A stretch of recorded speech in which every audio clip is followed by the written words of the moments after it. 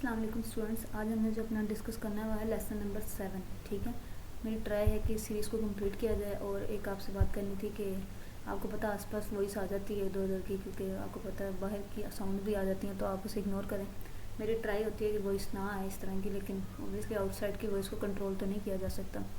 ठीक है, तो स्टार्ट करते हैं। सिस्टम्स क्या होते हैं देखें। सिस्टम्स मैंने पहले भी डिस्कस किया था कि group of things working together, मतलब कुछ कंपोनेंट्स अगर सिस्टम वैसे देख लें तो कुछ कंपोनेंट्स को आपस में कनेक्ट किया जाता है ताकि वो कुछ फंक्शन परफॉर्म कर सके। इसी तरह सिंपल मायने में कहूँगी कि कुछ एलिमेंट्स को ग्रुप किया जाता है ताकि वो कोई एक स्पेसिफिक ऑब्जेक्टिव हो आपका, उसको जो है सोल्व करने के लिए, उसको अचीव करने के लिए आप एक सिस्टम बनाते हैं। तो यहाँ पे लिखा कि system is a group of elements that are integrated with a common purpose of achieving an objective. ठीक है, इसके बाद देखें एग्जांपल इसके परचेज एंड सेल सिस्टम। ये भी एक सिस्टम बनाया गया है ताकि जितनी भी परचेज हो रही है, सेल सिस्टम है, उस सारे मामला को कंट्रोल करने के लिए आपको एक सिस्टम बनाना पड़ता है। ठीक है, सिस्टम में मतलब यही है कि चीज़ें मिलकर, आम मिसाल ले लें कि लोग आपस में मिलकर कोई रिक्वायर्ड ऑब्जेक्टिव हासिल करते हैं, तो उनका जैसे ऑर्गेनाइजेशन सिस्टम्स होते हैं। ठीक है, सिंपल एग्जांपल है। अब सिस्टम में क्या क्या कंपोनेंट होता है देखें। एक सिस्टम क्या होता है, सिस्टम में कुछ इनपुट देना पड़ता है आपको। सबसे पहले देखा कुछ कंपोनेंट चाहिए होते हैं सिस्टम के लिए, सिस्टम बनाने के लिए इनपुट एलिमेंट चाहिए होते हैं। देखिए आप इनपुट देंगे, ठीक है, फिर उसके बाद प्रोसेसिंग होगी, जो इनपुट आपने दिया होगा उसके ऊपर काम होगा। ठीक है, उसके बाद आपको आउटपुट मिलेगी, आउटपुट एलिमेंट्स मिलेंगे। ये भी किस्सा इनपुट एलिमेंट्स, प्रोसेस, आउटपुट। उसके बाद है कंट्रोल मैकेनिज्म। अब आप जब सिस्टम में इनपुट दे रहे हैं, मतलब आपका कुछ ना होगा ना कि मेरा ये रिक्वायर्ड आउटपुट आना चाहिए, तो कंट्रोल मैकेनिज्म होगा ये देखने के लिए कंपैरिजन एक्चुअल विद एक्सपेक्टेड, मतलब देखेंगे कि वही आया है जो आप एक्सपेक्ट कर रहे थे कि ये आउटपुट आना चाहिए। आपके सिस्टम के कंपोनेंट में फीडबैक सिस्टम भी होगा, जिससे आप अपने फीडबैक से होगा कि आप अपने करेक्टिव एक्शन ले सकेंगे। ठीक हो गया। ऑब्जेक्टिव्स देख सकेंगे कि क्या वही ऑब्जेक्टिव्स रिसीव हुए जो आप चाहते थे। ठीक है, तो ये सिस्टम के क्या है कंपोनेंट है, जिसमें input, process, output, control mechanism, feedback system and objective शामिल है। ठीक है, अब यहाँ पे है टाइप्स ऑफ सिस्टम क्या होता है। देखें यहाँ पे आप 4 किस्म के सिस्टम की टाइप्स पढ़ेंगे, तो आपने कंफ्यूज नहीं होना। मैं ट्राई करूँगी किसी अच्छे से क्लियर करूँ। ठीक है, 2 सिस्टम यहाँ पर अभी पढ़ेंगे। ओपन लूप सिस्टम क्या होता है और क्लोज लूप सिस्टम क्या होता है। सिंपल मैं आपको थोड़ा सा समझा दूँ, फिर यहाँ से थोड़ा सा कोशिश करूँगी कि आपके लिए रीड भी कर रही हूँ। ठीक है, ओपन लूप सिस्टम क्या होता है, मतलब देखिए ओपन लूप सिस्टम ऐसा सिस्टम है जिसमें आप इनपुट देते हैं। देखिए सिस्टम में एक चीज़ याद रखें, सिस्टम में एक कंट्रोलर लगा होता है जो कि इस चीज़ को कंट्रोल करता है। आपकी जो इनपुट आपने दी होती है ना, उसकी अमाउंट को समझना, उसे कंट्रोल कर रहा होता है। ठीक है, ठीक हो गया। इनपुट आप देते हैं, कंट्रोलर आपकी जो इनपुट है उसको कंट्रोल कर रहा होता है। फिर आपको जब कंट्रोल के बाद फिर प्रोसेस, जो उस इनपुट पे प्रोसेस होता है, फिर आपको आउटपुट मिलती है। ठीक है, ये होता है ओपन लूप सिस्टम। अब देखें ओपन लूप सिस्टम में आप देखें इनपुट दी और आपको जो है प्रोसेस हुआ और आपको जो आउटपुट मिल गई, लेकिन यहाँ पे कोई फीडबैक नहीं मिल रहा। तो ये इसका डिसएडवांटेज है कि इसके अंदर फीडबैक मैकेनिज्म नहीं होता। ठीक है, अब देखें, अब यहाँ पे ये भी कहा जाता है कि इनपुट जो है वो आउटपुट से इंडिपेंडेंट है। अब देखें, अब मैं तो ये इशू है यहाँ पे कि इनपुट जो है वो आउटपुट से इंडिपेंडेंट है। हम कैसे कंट्रोल करेंगे हमारे आउटपुट का रिजल्ट। हमें अगर कोई एक्शन लेना हो, कोई मसला हुआ, तो वो नहीं हो रहा होगा। अब मैं आपकी एग्जांपल देती हूँ, यहाँ पे वापस आ दूँ। इमरजेंट वाटर हीटर आपने देखा होगा कि कुछ लोग इलेक्ट्रिक रोड जो है वो पानी में डालते हैं, पानी को हीट करने के लिए सर्दियों में। तो आपने नोटिस किया होगा, आपने इनपुट तो दे देते हो, लेकिन आपको कुछ ऐसा फीडबैक नहीं मिल रहा होता। आपको ये नहीं पता चल रहा होता कि हीट कितनी हो गई है, ना ही उसमें ऐसा कोई मैकेनिज्म है कि वो हीट को स्टॉप कर दे। ऐसा नहीं है, ना ही आपको पता चल रहा है कि कितनी हीट हो गई है। तो इस तरह के जो सिस्टम होते हैं ओपन लूप होते हैं, जिसमें आप कंट्रोल नहीं कर सकते। ठीक है, और आप ठीक है इनपुट को कंट्रोल नहीं कर सकते। ठीक है, उसके अलावा टोस्टर में आप जब अपने टोस्ट डाल देते हैं तो वो भी हीट होते होते एकदम से जल पड़ते हैं। उसमें भी कोई ऐसा मैकेनिज्म नहीं है कि पता चल सके क्या हो रहा है या वो स्टॉप कर दे उसको। ठीक है, इसे कहते हैं ओपन लूप सिस्टम। वो यहाँ पे सिंपल पढ़ते हैं कि determinant factor is an open loop system is ज़्यादा information from the system not use, मतलब इसमें हम कंट्रोल नहीं कर सकते, इसमें कंट्रोल नहीं कर सकते। अब देखें ना, अब कंट्रोल कब होता है, जब आपका आउटपुट आई है, this is done by using the output. अब जो आउटपुट आई है उसने कोई जब फीडबैक जनरेट किया तो वो आप उससे कंट्रोल कर सकते हैं, लेकिन इसमें तो कोई फीडबैक आ ही नहीं रहा इस सिस्टम के अंदर, तो आप कंट्रोल कैसे करेंगे। ठीक हो गया। तो ओपन लूप सिस्टम के अंदर कंट्रोल और फीडबैक मैकेनिज्म्स है ही नहीं, मतलब उसमें जो ऑब्जेक्टिव होते हैं ना इनपुट, प्रोसेस और आउटपुट के, वो ही अचीव नहीं हो रहे।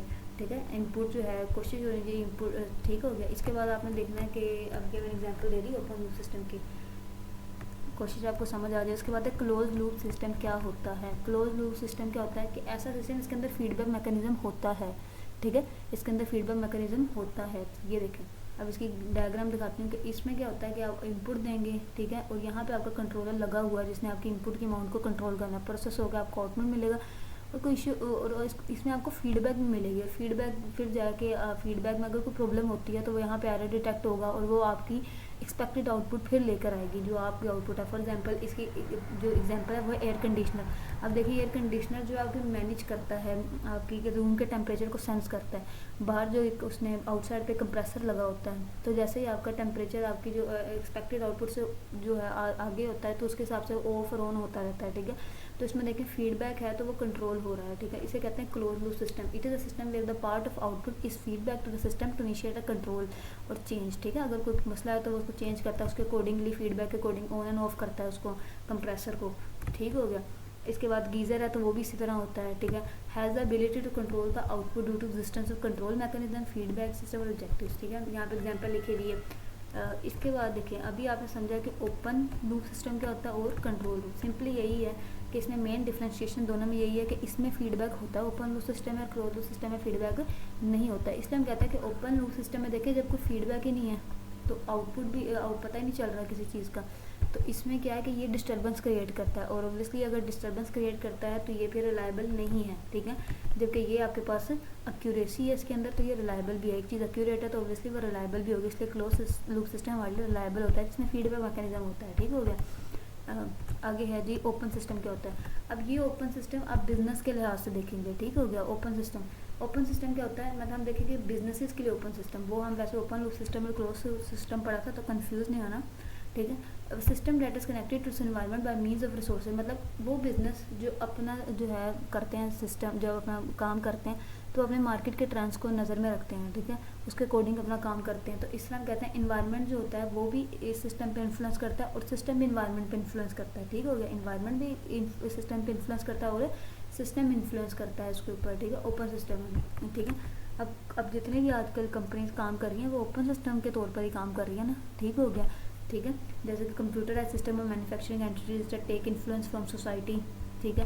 इसके बाद क्लोज सिस्टम क्या, देखें मुश्किल यह है कि कोई बिजनेस जो है वो क्लोज सिस्टम है। क्लोज सिस्टम का मतलब होता है ऐसा सिस्टम जिसमें वो आइसोलेट में काम कर रहे हो, बिल्कुल अलग में काम कर रहे हो, मतलब उनका एनवायरनमेंट से कोई कंसर्न नहीं ना हो। System that is not connected with this environment, ना तो एनवायरनमेंट उस पर कोई इन्फ्लुएंस एक्सर्ट कर रहा है ना वो एनवायरनमेंट, मतलब अकेले काम लगे हुए हैं, ठीक है, ना कोई इनपुट हो रहा है ना कोई आउटपुट हो रहा है। जैसे कि कुछ लोग सेंसिटिव इन्फॉर्मेशन रिकॉर्ड किया हुआ है, वो एक इन्फॉर्मेशन सिस्टम डिज़ाइन किया गया है सेंसिटिव इन्फॉर्मेशन को रिकॉर्ड करने के लिए, ठीक है।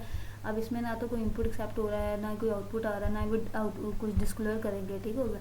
तो इस तरह के सिस्टम के बिजनेस के लिहाज से हमने देखा है कि ओपन सिस्टम और क्लोज सिस्टम क्या होता है, ठीक हो गया। अब देखें ऑब्जेक्टिव्स क्या है सिस्टम के। देखिए सिस्टम बनाने के ऑब्जेक्टिव एक ही है, सिंपल है। किसी भी सिस्टम बनाने का मेन, कोई भी किसी भी किस्म का सिस्टम हो, किसी भी इन्वायरमेंट में ये देखना पड़ता है कि कौन सा इन्वायरमेंट और कौन सा सिस्टम बनाया जा रहा है, ये वेरी टू केस वेरी करता है, ठीक है, इसमें कंफ्यूज नहीं होना। तो किसी भी सिस्टम का मेन ऑब्जेक्टिव यही होता है कि हमने कोई प्री डिफाइंड ऑब्जेक्टिव हासिल करना है, हमने कोई रिजल्ट लेना है, तो उसके लिए सिस्टम तैयार किया जाता है, ठीक है। अब वो कह रहे हैं कितनी लेवल्स ऑफ प्लानिंग होते हैं। 3 किस्म की प्लानिंग्स होती हैं, स्ट्रैटेजिक प्लानिंग होती है, फंक्शनल और एक होती है ऑपरेशनल प्लानिंग। स्ट्रैटेजिक प्लानिंग क्या होती है, अगर is the formulation evolution and selection of strategies for the purpose of preparing a long term plan, ठीक है। स्ट्रैटेजी में आता है हम हिकमत अमली जो है एक जैसे स्ट्रैटेजी कहते हैं हिकमत अमली यूज़ करना, ताकि हम लॉन्ग टर्म एक्शंस को प्लान करते हैं अपने ऑब्जेक्टिव हासिल करने की। दूसरी है फंक्शनल प्लानिंग यानी टैक्टिकल प्लानिंग, ठीक है। इज़ द प्रोसेस, ऐसा process by which manager assure the resources are obtained and used effectively and efficiently in the accomplishment of the organisation, जिसमें मैनेजर ये श्योर करता है कि जो रिसोर्सेज ऑब्टेन्ड हुए हैं वो इफेक्टिवली यूज और एफिशिएंटली यूज़ किए जाएँ, ताकि जो ऑर्गेनाइजेशन के ऑब्जेक्टिव है उसे कंप्लीट किया जा सके। इसे कहते हैं फंक्शनल प्लानिंग, ठीक है। और तीसरा आपके पास है ऑपरेशनल प्लानिंग। ऐसा process, it is a process of ensuring that the specific task are being carried out efficiently. Operational planning हम देखना था कि जो हम अपना काम कर रहे थे, ठीक है, जो हमें टास्क था वो हमने अच्छे तरीके से परफॉर्म कर दिया, ठीक है। अब फंक्शनल स्ट्रैटेजिक प्लानिंग क्या है। फंक्शनल स्ट्रैटेजिक प्लानिंग में कौन से एरियाज होते हैं। Commitment by the film executive require strategic planning. अब जो कमिटमेंट करते हैं फिल्म्स उनके लिए स्ट्रैटेजिक प्लानिंग चाहिए होती है। उन्हें किन एरिया में स्ट्रैटेजिक प्लानिंग की रिक्वायरमेंट होती है, हमने देख लिया कि स्ट्रैटेजिक प्लानिंग क्या होती है, ठीक है। तो किन एरिया में स्ट्रैटेजिक प्लानिंग चाहिए, उनके मैन्युफैक्चरिंग रिसोर्सेज में, फाइनेंशियल में, ह्यूमन में, मार्केटिंग में, इंफॉर्मेशन में, ठीक है। तो ये अब आपने देख लेना है। उसके बाद लिखा है जी SPIR क्या होता है, strategic planning for information resources, ठीक है। अब देखें बिजनेस स्ट्रैटेजी और IT रिलेटेड स्ट्रैटेजी है वो आपके हैंड में एक साथ ही चलती है ना। बिजनेस की स्ट्रैटेजी, क्योंकि आज तो हर बिजनेस में टेक्नोलॉजी आ गई है, IT इन्वॉल्व हो गई है, तो कह रहे हैं IT रिलेटेड स्ट्रैटेजी जो होती है वो बिजनेस स्ट्रैटेजी से ड्राइव करते हैं, वो दोनों एक दूसरे को सपोर्ट करते हैं, ठीक है। एनी इनकन्सिस्टेंसी और deviation between the two should be remove. कोई भी इनकन्सिस्टेंसी है, कोई भी मसला इन दोनों चीज़ों में, तो उसको रिमूव करना चाहिए, ठीक है। तो ये अब हम देखना कि investment right is costly and such investment is also control and control by the IT strategy. अब इन आईटी में जो इन्वेस्टमेंट करते हैं वो भी कॉस्टली होती है, तो उसमें भी स्ट्रेटजी यूज़ करनी चाहिए, ठीक हो गया। तो ये एक टर्म है, ये आपने कर लेना है, strategy planning for information resources, ठीक है। इसके बाद अब ये कोई इतनी इंपॉर्टेंट चीज़ें नहीं है नीचे। Information value chain, raw information transfer में various point and values added. Raw information जो होते हैं जो वेरियस पॉइंट पे ट्रांसफर किया जाता है, उसमें कोई वैल्यू ऐड की जाती है जैसे जैसे आगे जाते हैं, तो ये चेन बनती रहती है, ठीक हो गया।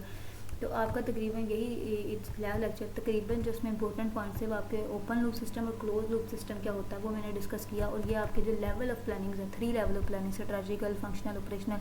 तो इस तरह की जो चीज़ें होती हैं ना, वो आप में शॉर्ट क्वेश्चन के लिए देख लेनी होती है, आ भी जाती हैं कि वो पूछ लें ओपन लूप सिस्टम क्या होता है, या फिर आपसे खास तौर पे एमसीक्यूज़ में तो आपको कोई एग्जांपल दे के इस तरह का मिसाल के तौर पे पूछ सकते हैं कि ये ओपन लूप सिस्टम है या क्लोज लूप सिस्टम है। तो आपको पता होना चाहिए कि ओपन लूप में क्या फ़र्क है और कितने लेवल्स की प्लानिंग है, तो यही इसमें थोड़ा खास इंपॉर्टेंट है, ठीक है। नेक्स्ट हम अपना लेक्चर नंबर 8 स्टार्ट करेंगे। अगर आपको कोई क्वेश्चन हो तो आप कमेंट कीजिएगा। इसके अलावा अगर वीडियो पसंद आए तो लाइक करें, शेयर एंड सब्सक्राइब करें। अल्लाह हाफ़िज़।